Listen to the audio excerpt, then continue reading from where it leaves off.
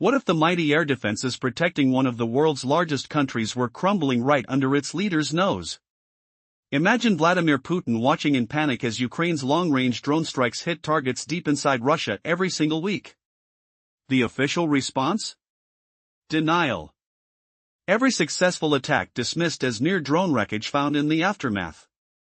But behind this smokescreen lies a harsh truth: Russia's once feared air defenses are failing miserably. Putin's desperation is palpable. So much so, he's now reaching out to Turkey, a country caught between East and West, with an urgent plea. Why?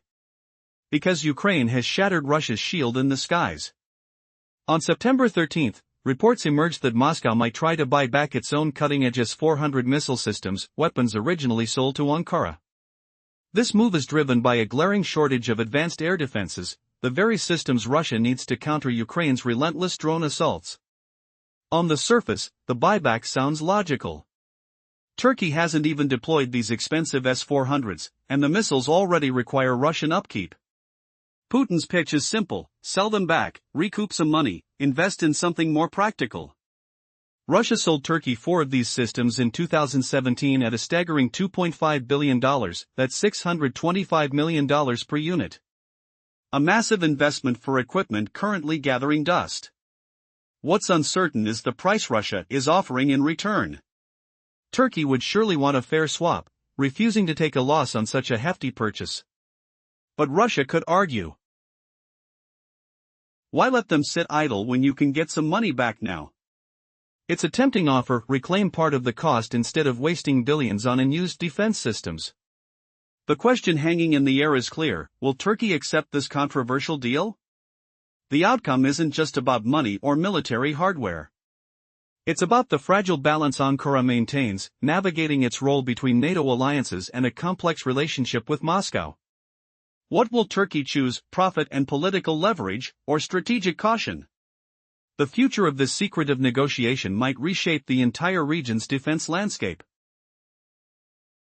Turkey's controversial decision to acquire Russian air defense systems ignited outrage in the United States, which interpreted this move as a betrayal of Turkey's NATO commitments.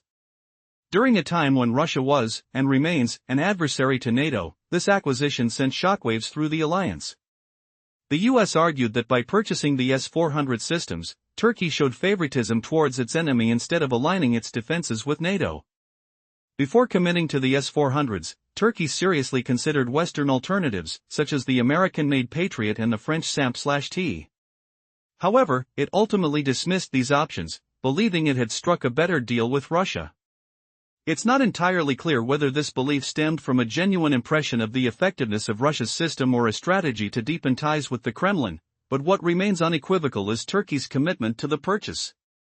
The repercussions were swift. Following Turkey's decision, the U.S., under President Donald Trump, enacted sanctions that resulted in Turkey's expulsion from the lucrative F-35 program. Despite offering financial and technical expertise to aid in launching the F-35 initiative, Turkey found itself sidelined. Analysts suggested that Turkish President Tayyip Erdogan was prepared for this fallout, viewing the S-400 acquisition as a cornerstone of his agenda for national sovereignty. The implications are profound. Erdogan aimed to assert Turkey's independence by distancing the country from Western influence through this decision. Yet, a significant hurdle loomed over his ambition. Turkey had not deployed any of the S-400s, as they did not integrate well with the NATO-aligned defense systems already in place. As the tension escalated, a pressing question emerged: could Turkey find a profitable route out of this predicament by selling the S-400s back to Russia? Would such a deal reopen channels with the West and lift the sanctions hampering Turkey's defense capabilities? The stakes couldn't be any higher. What would Turkey decide, and how would it impact its complicated relationship with Russia and NATO? Previously, we saw how Turkey transformed itself into a crucial middleman for Russian oil, refining crude into products sold to wealthy Western countries. This complex role puts Turkey at the crossroads of global energy politics, juggling between East and West. But what happens next?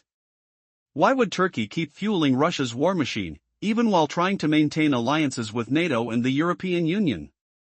Imagine standing at a bustling Turkish refinery. The heavy scent of crude oil hangs thick in the air, salty sea breeze mixing with the chemical tang. Massive machines roar and clank, tirelessly refining barrels of Urals blend crude, shipped in at almost cut-rate prices thanks to Western sanctions. These sanctions, designed to strangle Russia's oil income, somehow backfired. A loophole in European rules allows Turkey to cleverly label blended fuels as non-Russian, letting billions worth of oil products slip right into the hands of G7 nations. This isn't smuggling or subterfuge, it's legal. Yet, does legality excuse the irony of rich Western countries unknowingly funding Russia's war through Turkish pipes? Reports show Turkey ramped up its imports drastically. In July, its intake hit 300,000 barrels every single day, more than any time in the past year. The hum of tankers arriving at Turkish ports is louder than ever, their holds filled with Russian crude. Despite mounting pressures, Turkey isn't slowing down. The question that lingers is, why? Why does a NATO member walk this razor's edge, sustaining commerce with a nation under international fire? What calculus drives this risky diplomacy? Some say it's all about money and influence. Turkey, strategically perched between worlds, gains leverage from Russia by keeping these oil channels open. It's not just about cash, it's about power and positioning. Yet, this tangled energy relationship puts the country in a precarious spot. Is Ankara's gamble pushing its Western partners away? Or could it be a calculated move to keep doors open on all fronts?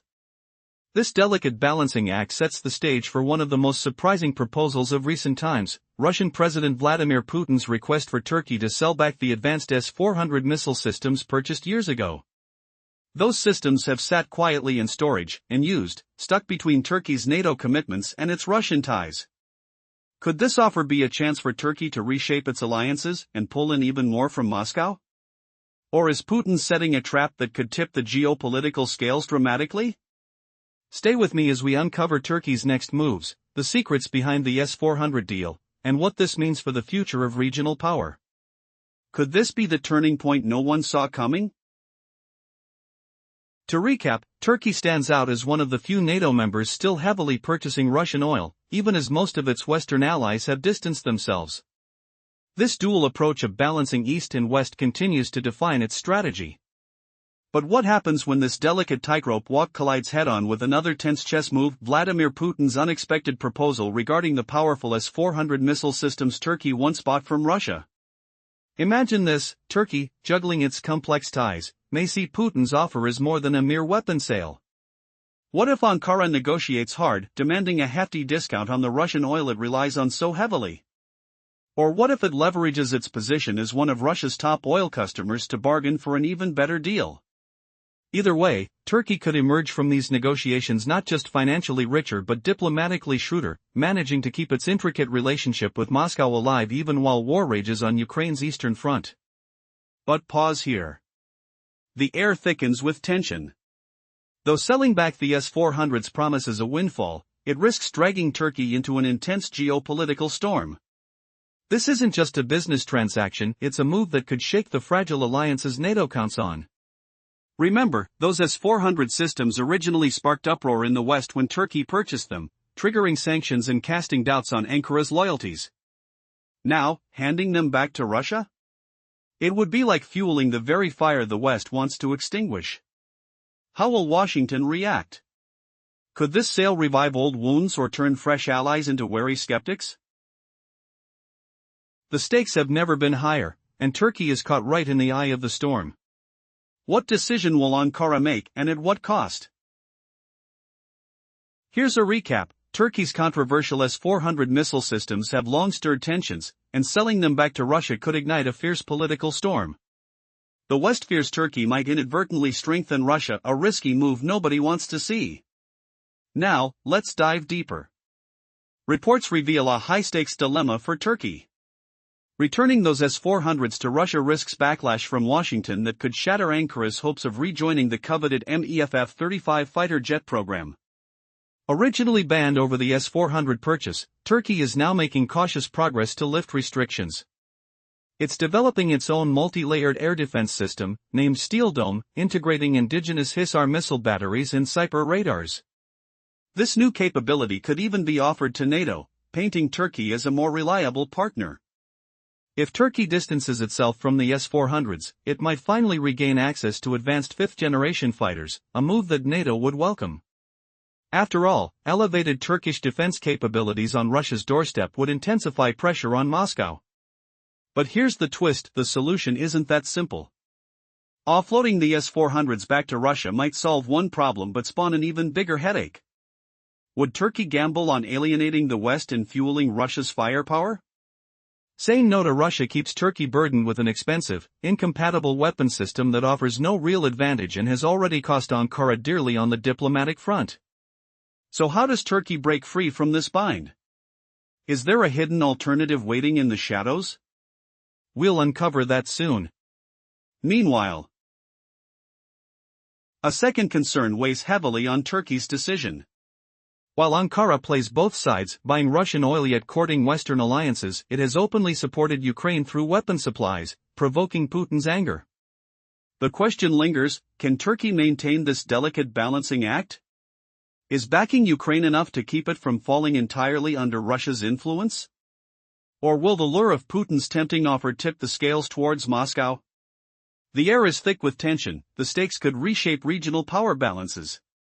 What path will Turkey choose when confronted with a desperate Russia's plea? The answer remains veiled, but the countdown has already begun. In the last episode, we saw how Turkey walks a razor's edge, buying oil from Russia while arming Ukraine with weapons that frustrate Putin's efforts. The question now is, can Turkey truly support Ukraine and at the same time keep its uneasy ties to Moscow intact? What moves lie ahead in this dangerous chess game where one false step could set the region ablaze? Imagine the roar of a Bayraktar drone overhead, slicing through cold Ukrainian skies. Today, this isn't just any weapon. It has become a symbol of fierce Ukrainian resistance. Thanks to Turkey, Ukraine's skies buzz with these drones that have earned a legendary reputation since the early days of the conflict. What's more, Ukrainian engineers aren't just operating them, they're building them on home soil, a move Turkey has greenlit but has refused to extend to Russia. That decision alone must sting deeply for Putin. But drone deliveries are just the tip of the iceberg. Ukraine's military arsenal has been bolstered by Turkish-made Cobra II tactical vehicles, rugged beasts designed for the chaos of battlefield maneuvering. Not stopping there, Turkey is crafting a pair of sleek Ada-class anti-submarine corvettes, soon to join the Ukrainian Navy.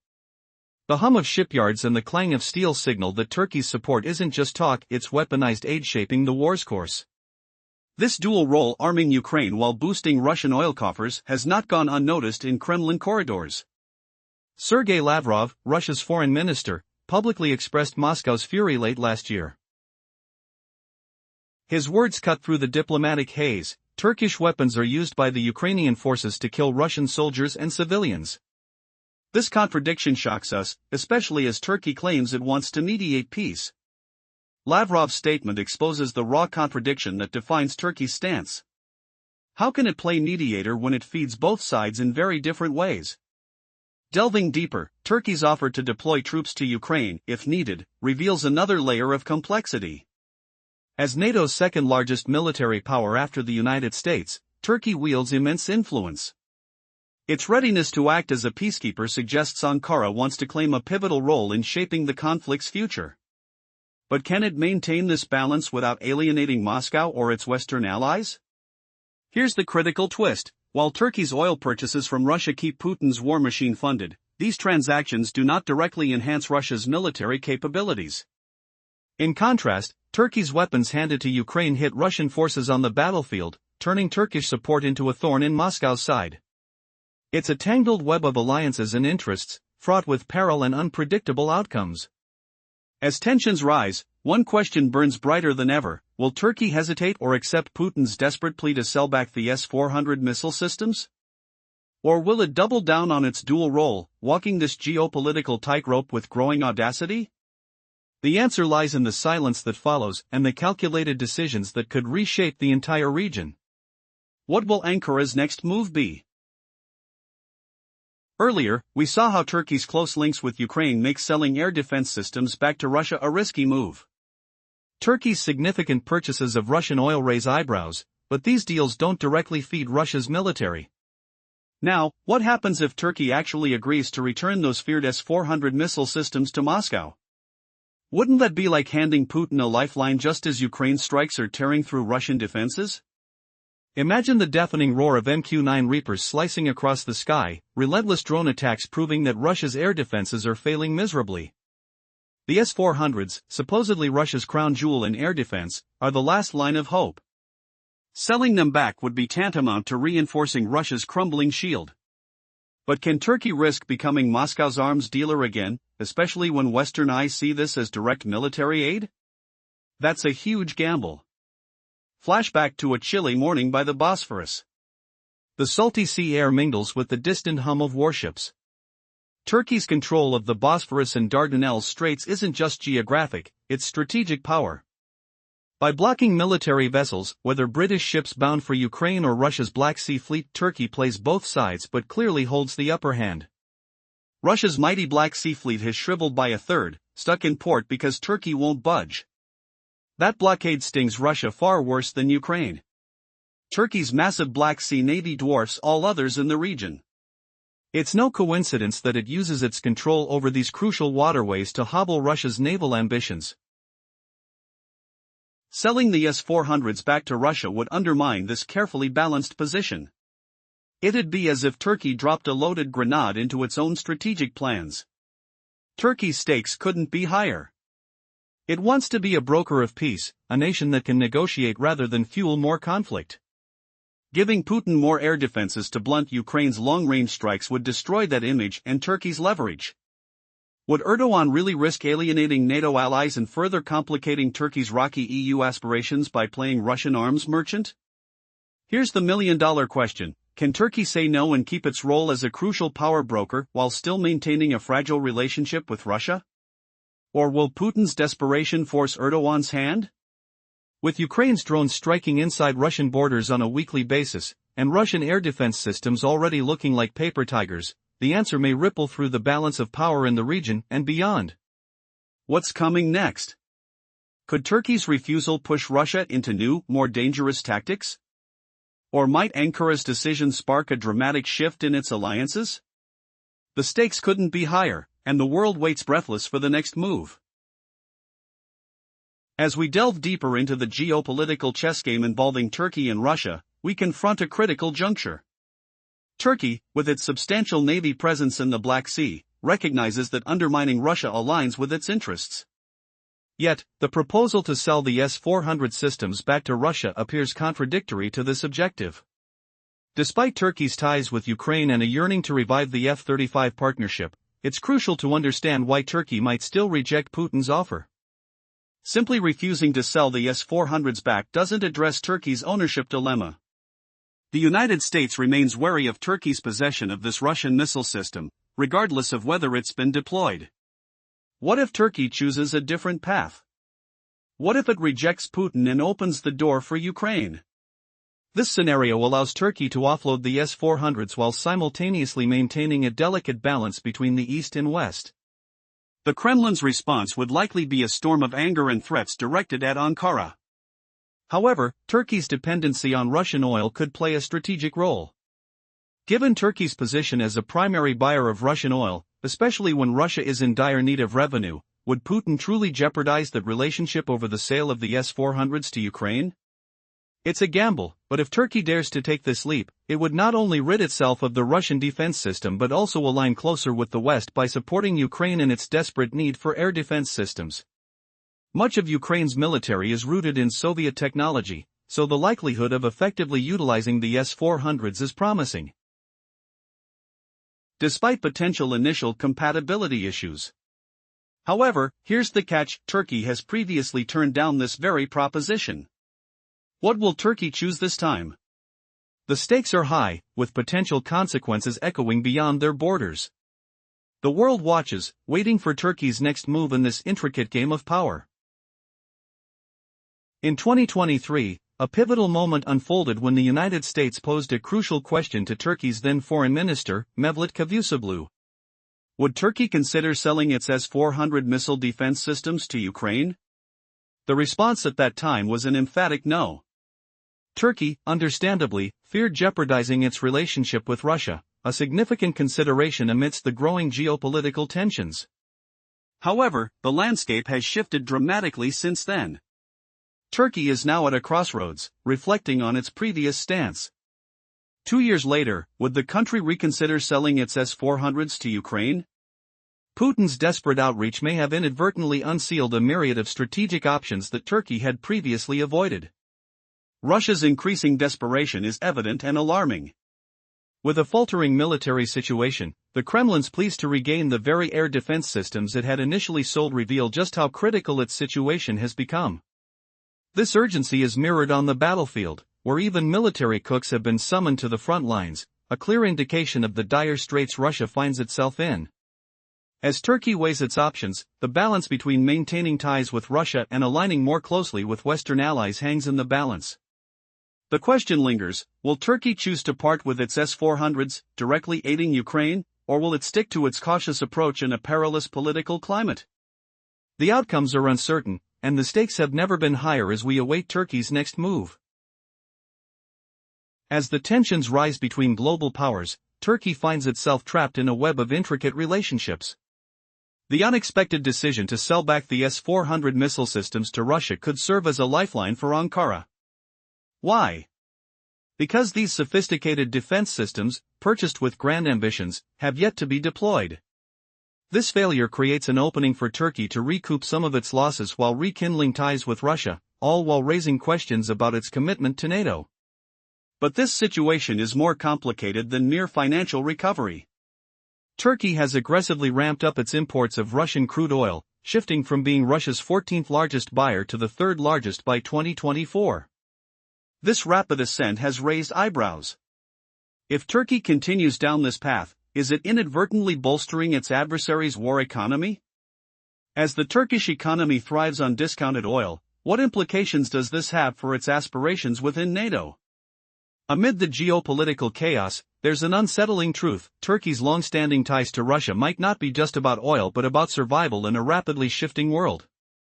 Recent reports reveal that in the first half of 2024, Turkish refineries processed over €1.2 billion worth of Russian crude, transforming it into products sold to G7 nations. This situation casts Turkey in a dual role of benefactor and enabler, as it profits from Russian resources while navigating a delicate dance between East and West. Could selling back the S-400s be a strategic move not just for financial gain, but for gaining favor with the West? After all, lifting U.S. sanctions on Turkey could potentially open doors for new military deals, including the coveted F-35s, and reshape its international standing dramatically. But as Turkey weighs its options, it must confront one unsettling question: how far is it willing to go in order to maintain a precarious balance between powerful allies and its own national interests?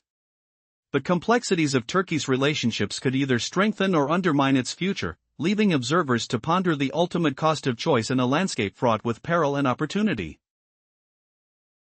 Turkey stands at a pivotal crossroads. The pressing question lingers: will it agree to return the S-400 missile defense systems to Russia?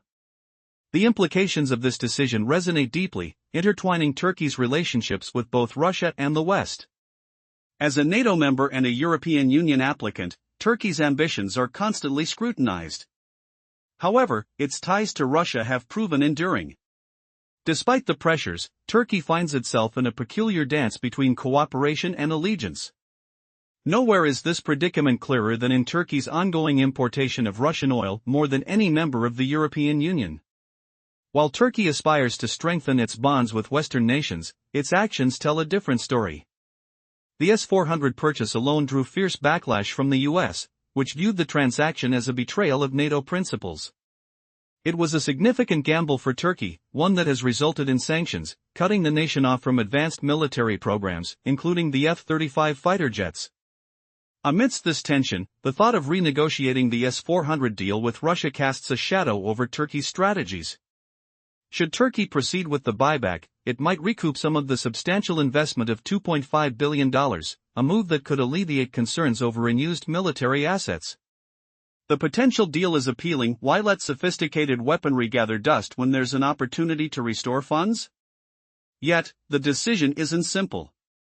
Turkey's leaders must navigate a fraught political landscape, torn between the allure of Russian energy resources and the quest for acceptance within the West. Could selling back the S-400s pave the way for lifting the sanctions that have hampered Turkey's aspirations? Or would it plunge the nation into further entanglement with a rival? In a world where every choice carries weight, Turkey's next steps could trigger a seismic shift in power dynamics. The outcome remains uncertain, but the stakes have never been higher. Will Turkey commit to a path that shores up alliances with NATO, or will it step deeper into the embrace of Russia, risking everything for a temporary gain? The clock is ticking, and the world watches in suspense.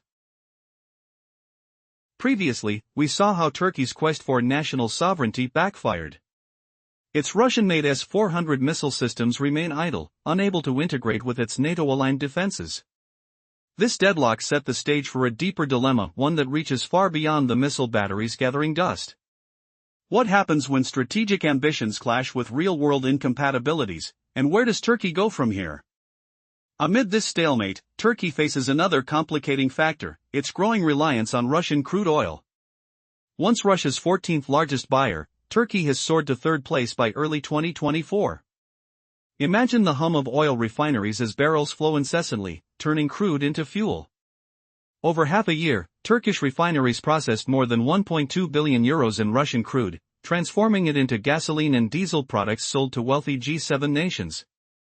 This fact twists the story. Turkey isn't just a buyer, it's a lucrative middleman, funneling Russia's oil profits into markets that otherwise shun direct imports from Moscow.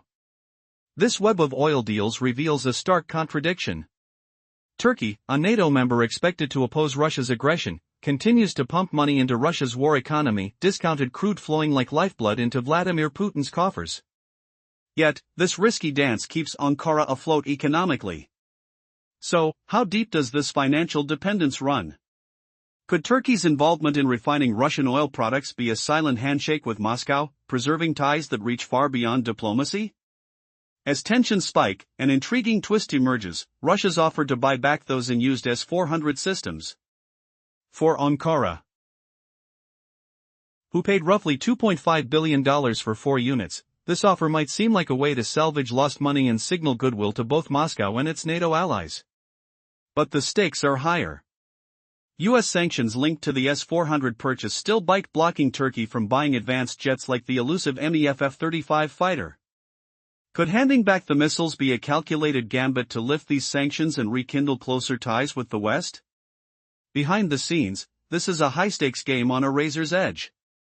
Turkey balances between East and West, profit and principle, alliance and autonomy. The crisscross of oil pipelines, missile systems, and political maneuvering smells of uneasy compromise. As Ankara contemplates its next move, the burning question remains: is Turkey ready to break from its current path? Or will it continue to straddle two worlds, risking all for a precarious survival that might ultimately come at too high a price? The next chapter will reveal whether this unlikely offer from Russia nudges Turkey towards a bold realignment or plunges the region into an even more tangled web of mistrust and rivalry. What forces will sway Turkey's final decision? The answer could reshape the balance of power in this volatile clash of empires. Turkey finds itself trapped at a critical crossroads. The question burning hotter than ever: will it sell its high-tech S-400 missile defense systems back to Russia? This decision isn't just about weapons, it's a tangled web weaving Turkey's future with Russia and the West. On one side, Turkey is a NATO member and an aspiring European Union candidate, stepping carefully under constant watch. On the other, its connection to Russia remains firm, even as Western pressure mounts relentlessly. Despite claims of Western partnership, Turkey's actions paint a complex picture.